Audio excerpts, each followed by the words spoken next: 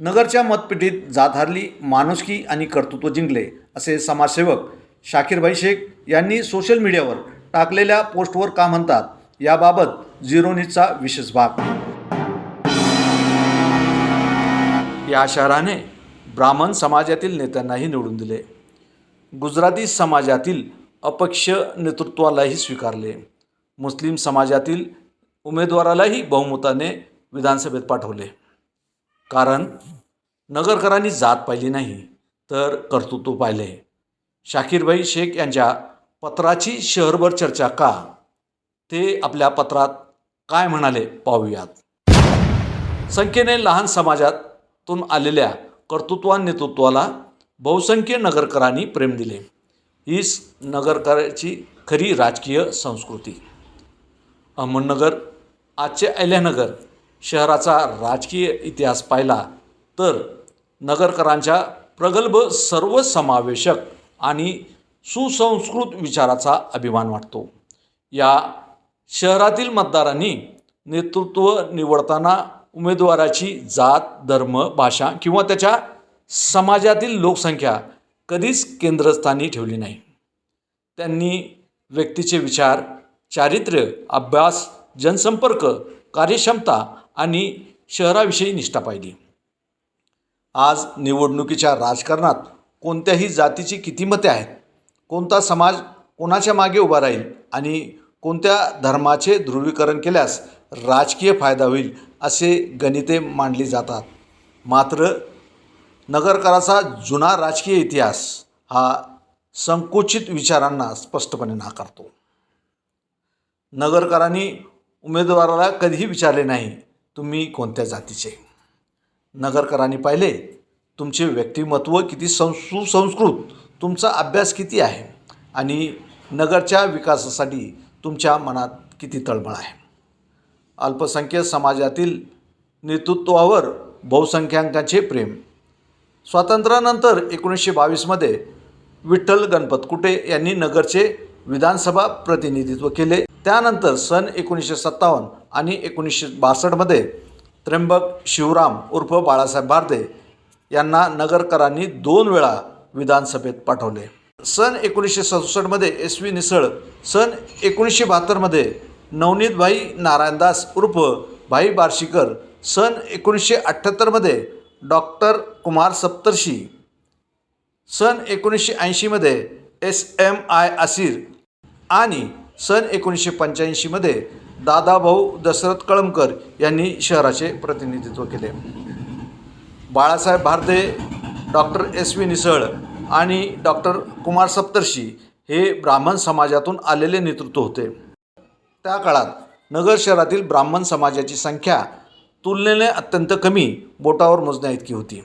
तरीही बहुसंख्य समाजाने त्यांच्याकडे जातीच्या चष्म्यातून पाहिले नाही. त्यांच्या विद्वत्तेवर, चारित्र्यावर आणि वैचारिक प्रगल्भतेवर प्रेम केले. या नेत्यांना मिळालेले मतदान हे त्यांच्या जातीचे मतदान नव्हते, तर ते नगरच्या बहुसंख्य नागरिकांनी त्यांच्या कर्तृत्वाला दिलेले मतदान होते. गुजराती समाजाची संख्या तर त्याहून कमी होती, तरीही गुजराती समाजातून आलेल्या भाई नवनीतभाई बार्शीकर यांना नगरकरांनी अपक्ष उमेदवार म्हणून मोठ्या विश्वासाने निवडून दिले. त्यांना कोणत्याही मोठ्या राजकीय पक्षाचे बळ नव्हते, पण त्यांच्या पाठीशी नगरकरांचे प्रेम, विश्वास आणि त्यांच्या कामाची ताकद होती. यावरून एक गोष्ट स्पष्ट होते, नगरकरांनी समाजाचे संख्याबळ मोजले नाही, नेतृत्वाची उंची मोजली नाही. बाळासाहेब भारदे विद्वत्ता आणि सभ्यतेचे नेतृत्व. बाळासाहेब भारदे हे गांधीवादी विचाराचे, सहकार आणि शिक्षण क्षेत्राशी जोडलेले अभ्यासू नेतृत्व होते. त्यांनी महाराष्ट्र विधानसभेचे अध्यक्षपद भूषवले. वक्तृत्व, लेखन, अध्यात्म, सामाजिक कार्य आणि राजकारण त्यांच्या व्यक्तिमत्वात सुंदर संगम होता. महाराष्ट्रातील अनेक दिग्गज नेत्यांना त्यांचे मार्गदर्शन लाभले.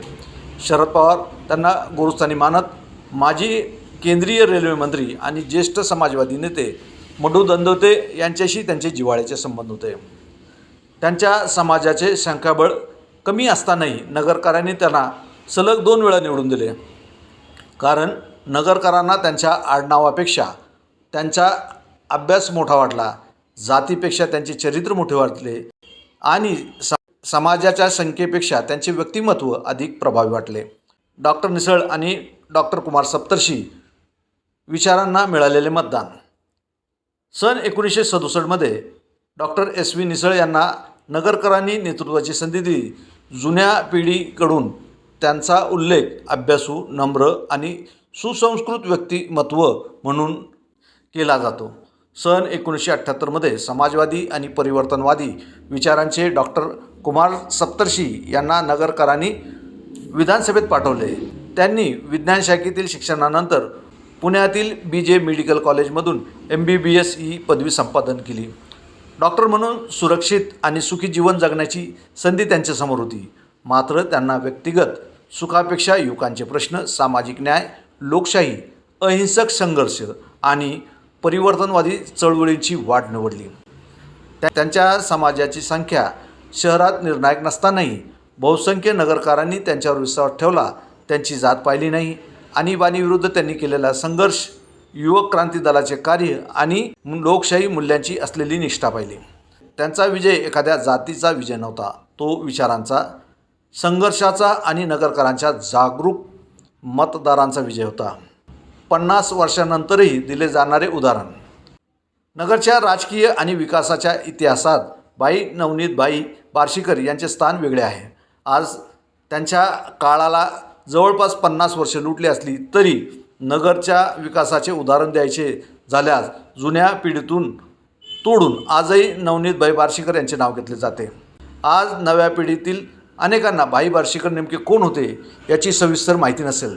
मात्र नगरकरांच्या जुन्या नागरिकांना त्यांच्या कामाची उंची माहिती होती.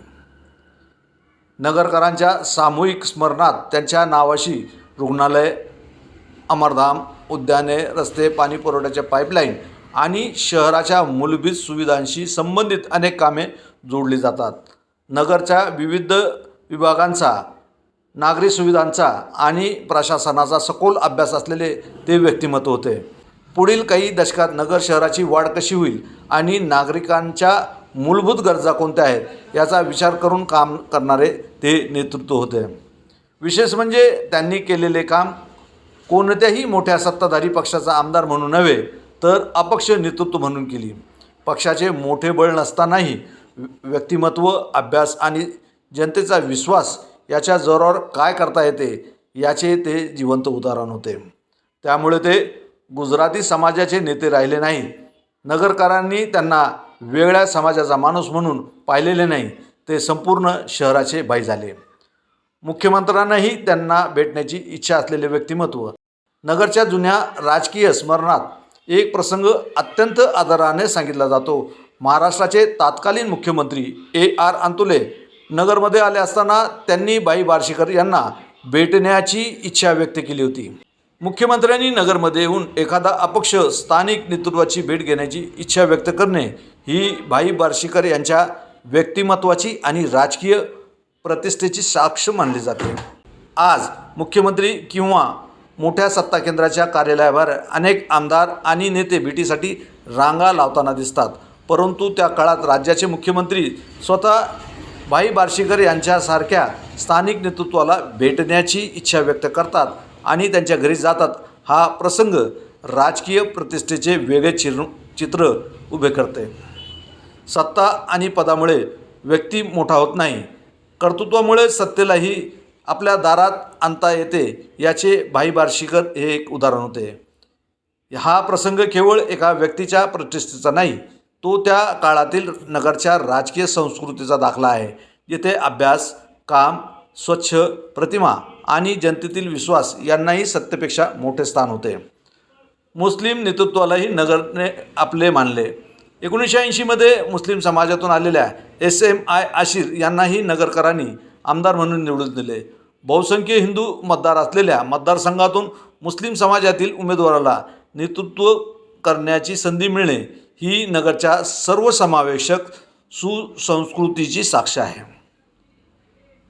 मतदारांनी त्यांच्या धर्माकडे पाहिले नाही, त्यांच्या नेतृत्व क्षमतेवर, सार्वजनिक कामावर आणि नागरिकांशी असलेल्या नात्यावर विश्वास ठेवला. आसिर यांचा विजय आजही नगरच्या इतिहासातून महत्त्वाचा संदेश देतो. नगरसाठी व्यक्तीचा धर्म नव्हे तर तिचे नगरप्रेम मोठे आहे. सन 1985मध्ये दादाभाऊ दशरथ कळमकर यांनाही नगरकरांनी मोठ्या मताधिक्याने निवडून दिले. त्यांचा जनसंपर्क, राजकीय अनुभव आणि शहराची असलेली नाळ मतदारांनाही महत्त्वाची मानली. नगरचे वैचारिक जीवन केवळ आमदारापुरते मर्यादित नव्हते. अच्युतराव पटवर्धन आणि रावसाहेब पटवर्धन यांच्या स्वातंत्र्यवादी, समाजवादी आणि मानवतावादी विचारांचेही शहराला मोठे योगदान लाभले. अच्युतराव पटवर्धन यांनी अर्थशास्त्र विषयात BA आणि MA पदवी संपादन केली. त्यांनी प्राध्यापक म्हणून काम पाहिले, मात्र व्यक्तिगत कारकिर्दीपेक्षा स्वतंत्र लढा आणि समाजवादी चळवळीला प्राधान्य दिले होते. नगरमध्ये जन्मलेले मधु दंडोते यांनीही भौतिकशास्त्र विषयात MSc पदवी मिळवली. त्यांनी प्राध्यापक, खासदार, रेल्वे मंत्री आणि केंद्रीय अर्थमंत्री म्हणून देशाची सेवा केली. या व्यक्तींना नगरला केवळ राजकारण दिले नाही, तर त्यांनी नगरला विचार करण्याची दृष्टी दिली, मतभेद स्वीकारण्याची ताकद आणि राजकीय विरोधकांचा सन्मान करण्याची संस्कृती दिली. संघर्ष होता, पण विरोधकाला शत्रू मानले जात नव्हते. पूर्वीच्या नेत्यांमध्ये चुरशीच्या निवडणुकी होत असत. सभामधून कठोर टीका, आरोप प्रत्यारोप आणि वैचारिक संघर्षही होत होता. मात्र राजकीय विरोधकाला वैयक्तिक शत्रू मानून संपवण्याची प्रवृत्ती नव्हती. या नेत्याकडे सत्ता, संघटन आणि प्रभाव होता, तरीही विरोधकांना खोट्या गुन्ह्यात अडकवणे, प्रशासन किंवा पोलीस यंत्रणेचा वापर करून दबाव आणणे अथवा त्याची सामाजिक प्रतिष्ठा उद्ध्वस्त करण्याची कार्यपद्धती त्यांनी स्वीकारली नाही. विरोधकावर टीका होत होती, पण त्याच्या अस्तित्वाचा आणि प्रतिष्ठेचाही सन्मान केला जात होता. निवडणूक संपल्यावर शहराच्या प्रश्नासाठी वेगवेगळ्या पक्षाचे नेते एकत्र येत होते. मतभेद होते, पण मनभेद नव्हते. राजकीय संघर्ष होता, पण वैयक्तिक सूड नव्हता. खोट्या गुन्ह्याचे राजकारण नगरच्या संस्कृतीला शोभा देणारे नाही. आजचे सामाजिक कार्यकर्ते, पत्रकार, बुद्धिजीवी किंवा राजकीय प्रतिस्पर्धी यांच्याविरुद्ध खोटे अथवा सूडबुद्धीने प्रेरित गुन्हे दाखल होत असल्याची भावना समाजात निर्माण होणे ही गंभीर बाब आहे. एखाद्या व्यक्तीकडून खरोखरच गुन्हा घडला असेल तर निपक्ष चौकशी करून कायद्यानुसार कारवाई झालीच पाहिजे. मात्र राजकीय विरोध केला, प्रशासनाला प्रश्न विचारला, आंदोलन केले आणि किंवा भ्रष्टाचार विरोधात तक्रार केली म्हणून एखाद्या व्यक्तीला खोट्या गुन्ह्यात अडकवणे योग्य नाही. कायदा हा सत्य आणि न्यायासाठी आहे, राजकीय सूडासाठी नाही. राजकीय जीवनात स्पर्धक आवश्यक असतो, पण राजकीय शत्रू निर्माण होता कामा नये. राजकीय स्पर्धक चुका दाखवतो, जनतेचे प्रश्न मांडतो आणि सत्ताधाऱ्यांना अधिक चांगले काम करण्यास भाग पडतो. विरोधकाचा आवाज बंद करण्याऐवजी त्याच्या प्रश्नातून, कामातून उत्तर देणे हीच खरी लोकशाही आहे. नगरच्या याच राजकीय प्रवाहात पुढे अनिल भैया राठोड यांना नगरकरांनी सलग 5 वेळा निवडून देत जवळपास 25 वर्षे नेतृत्वाची संधी दिली. त्यानंतर संग्राम जगताप यांना 2014, 19 आणि 2024मध्ये अशा सलग 3 विधानसभा निवडणुकीमध्ये नगरकरांनी नेतृत्वाची संधी दिली. नगरकरांनी त्यांच्यावर दाखवलेला विश्वास नाकारता येणार नाही. मात्र या विश्वासासोबत नगरच्या जुन्या सुसंस्कृत राजकीय परंपरेचे जतन करण्याची जबाबदारी येते. विठ्ठल गणपत कुटे, बाळासाहेब बारडे, डॉक्टर SV निसळ, भाई नवनीतभाई बार्शीकर, डॉक्टर कुमार सप्तर्षी, SMI आसिर, दादाभाऊ कळमकर, अनिल भैया राठोड आणि संग्राम भैया या सर्वांना वेगवेगळ्या काळात नगरकरांनी नेतृत्वाची संधी दिली. यातील अनेक व्यक्ती अशा समाजातून आल्या होत्या ज्यांना शहरातील संख्या अत्यंत कमी, अल्पसंख्याक, तरीही बहुसंख्य नागरिकांनी त्यांच्यावर भरभरून प्रेम केले होते. कारण नगरकराचे प्रेम जातीच्या चौकटीत कधीच मावले नाही. ते प्रेम आडनावावर नव्हते, ते प्रेम धर्मावर नव्हते, ते प्रेम जातीच्या संख्याबळावर नव्हते, ते प्रेम कार्यावर होते, ते प्रेम अभ्यासावर होते, ते प्रेम सुसंस्कृत व्यक्तिमत्वावर होते आणि सर्वात महत्त्वाचे म्हणजे ते प्रेम नगर शहराशी असलेल्या निष्ठेवर होते. नगरच्या मतदारांनी जात पाहिली नाही, त्यांनी सुसंस्कृत, अभ्यासू आणि कर्तृत्ववान व्यक्तिमत्व पाहिले.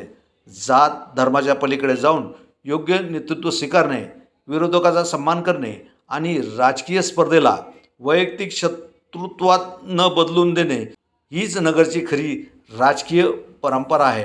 ती जपणे आजच्या प्रत्येक नगरकराची आणि राजकीय नेतृत्वाची सामूहिक जबाबदारी आहे. आजच्या राजकारणात अनेकदा जातीच्या समीकरणाची चर्चा होते. समाजात विभागणी करणारी भाषा, ध्रुवीकरणाचे प्रयत्न आणि मताचे गणित यामुळे नगरच्या जुन्या सर्वसमावेशक परंपरेला अनेक नागरिक चिंता व्यक्त करतात.